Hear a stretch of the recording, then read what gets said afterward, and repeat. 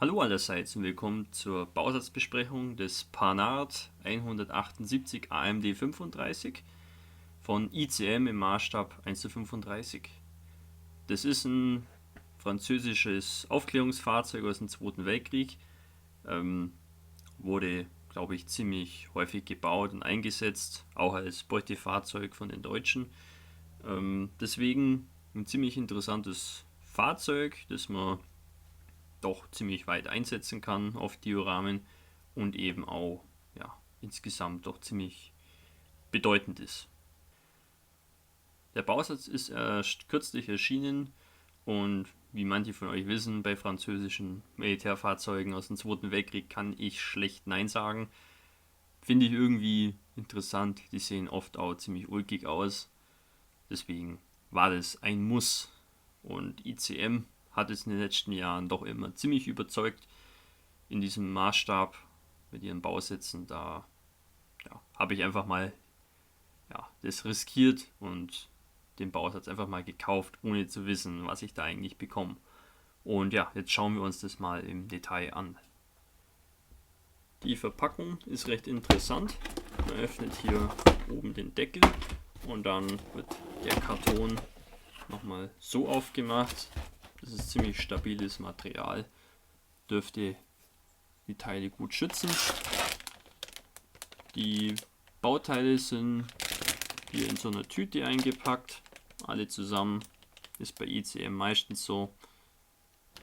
Ist jetzt nicht genial, aber ich hatte eigentlich nie gröbere Probleme damit. Schauen wir uns zuerst den Bauplan an. Hier haben wir eine kleine Hintergrundgeschichte zum Fahrzeug auf Russisch, nehme ich an, und Englisch mit technischen Daten, Sicherheitshinweise. Eine Farbtabelle bezieht sich nur auf Model Master Farben.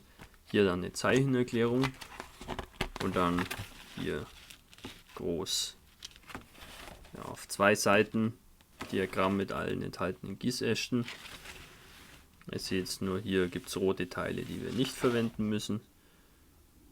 Das ist, finde ich gut, ist schön groß. Das ist auch gerade für die älteren Modellbauer, glaube ich, ziemlich entgegenkommt. Dann geht der Zusammenbau los. Hier wird einfach mal der Fahrzeugboden zusammengebaut und wie ihr sehen könnt, kommt auch mit Inneneinrichtungen, Motor und so weiter. Das ist eigentlich immer schön. Das Fahrzeug hat auch ein paar Türchen, die man aufmachen kann. Da sieht man auch was davon später. Ja, ist schön. Man kann alles klar erkennen, wo es hingehört. Und es werden auch wenig Bauteile pro Stufe verbaut. Das hilft natürlich der Übersichtlichkeit doch ziemlich. Ja, jetzt hier der Innenraum wird mehr oder weniger komplettiert mit den Seitenwänden. Munitionskisten werden noch verbaut. Ja, das sieht doch ziemlich einfach aus, obwohl das Fahrzeug doch eine relativ komplexe Form hat. Sehr übersichtlich arrangiert, große Zeichnungen. Da gibt es nichts zu meckern.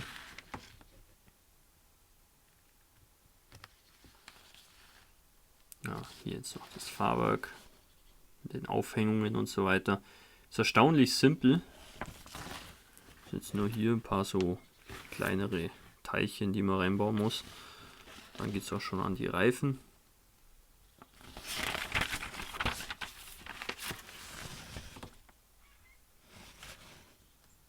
Ja, noch ein paar Griffe hier und da. Genau, hier dann der Turm. Das Maschinengewehr ist jetzt doch recht komplex, aber besteht aus relativ wenig Teilen offenbar. Das Geschütz besteht aus 2 Hälften. Ist es bei so dünnen Kanonenrohren nicht so das Problem, finde ich. Die kann man gut versäubern. Bei den größeren kann es unter Umständen Probleme geben, aber ist jetzt hier nicht der Fall. Ja, kommt hier alles noch zusammen. Wenn man will, kann man hier die Luken natürlich alle aufmachen, denke ich. Das wird zwar hier nicht als Option angeboten, aber die Scharniere und so, das sieht alles so aus, als ob das funktionieren müsste. Ja. Hier noch die Komplettierung und dann geht es auch schon an die Bemalung und Markierung. Mal hier ein Fahrzeug grün mit braunen Tarnstreifen. Frühjahr 1940. Hier auch eins mit ein bisschen ausgefalleneren Tarnschema. Grün mit braunen Flecken, die normal dunkelgrün umrandet sind. Das Fahrzeug ist eigentlich ähnlich, nur andere Flecken. Bei dem hier ist es auch so. Alle Frankreich, Frühjahr 1940. Es liegen nur französische Markierungen bei. Das Fahrzeug wurde aber auch von der Wehrmacht eingesetzt. Später gibt es viele Fotos und Filmmaterial bei der Operation Barbarossa, sieht man die viel, wurden auch später zur Partisanenbekämpfung eingesetzt, bei der Polizei zum Beispiel, oder eben bei den Panzerzügen, auch sehr häufig zu sehen auf diversen Flachbettwagen, die dann eben bei der Partisanenbekämpfung eingesetzt wurden, konnte man das Fahrzeug schnell absetzen und dann eben die Verfolgung aufnehmen. Also wer will, kann auch deutsche Markierungen drauf machen. Das sollte jetzt nicht so das Problem sein, da die kleineren Umbauten selbst vorzunehmen. Mehr als so ein Bosch-Licht oder Notec-Licht und so wird da nicht dazukommen, denke ich. Dann schauen wir uns mal die Bauteile an. Hier der Gussast mit den Fahrwerksteilen und Teilen für den Turm. Ja, Nietendetails hervorragend. Da werden sich die Nietenzähler freuen. Das zweiteilige Geschützrohr ist nicht optimal, aber man kann das schon versäubern. Diese Patronenboxen, auch recht interessant, habe ich jetzt so auch noch nicht gesehen. Dann hier dieses Koaxialmaschinengewehr. Das ist ein recht komplexes Teil, aber mehr oder weniger einteilig. Hier haben wir dann die ganzen Achsen, Motorteile, Aufhängungsstangen, alles mögliche. Und wie ihr seht, sehr wenige Verbindungspunkte zum Gießast, meistens 2 bis 3 Punkte. Das macht das Versäubern natürlich schon einfacher. Innen im Turm haben wir ein paar Auswurfmarken.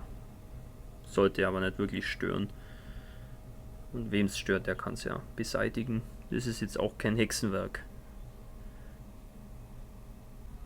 Hier haben wir dann einige größere Teile vom Innenraum, aber auch von den äußeren Bereichen. Hier zum Beispiel innen der Boden. Ist auch schön strukturiert. Wieder jede Menge Nieten für die Nietenzähler zum Zählen, dass die da nichts ausgeht. Teile sind kein bisschen verzogen, trotz der etwas, ich sag mal, unsachgemäßen Verpackung, wo einfach alles in eine Tüte gestopft wird, tut der Sache offenbar nicht wirklich Schaden. Hier dieses Teil von der Staukiste, das ist beim Auspacken runtergefallen. Vom Gießast ist aber kein Drama. Ist ja auch relativ groß. Haben wir keine Probleme. Ansonsten alles, ich sag mal, lupenrein. Da gibt es nichts dran auszusetzen. Ist wirklich sehr schön.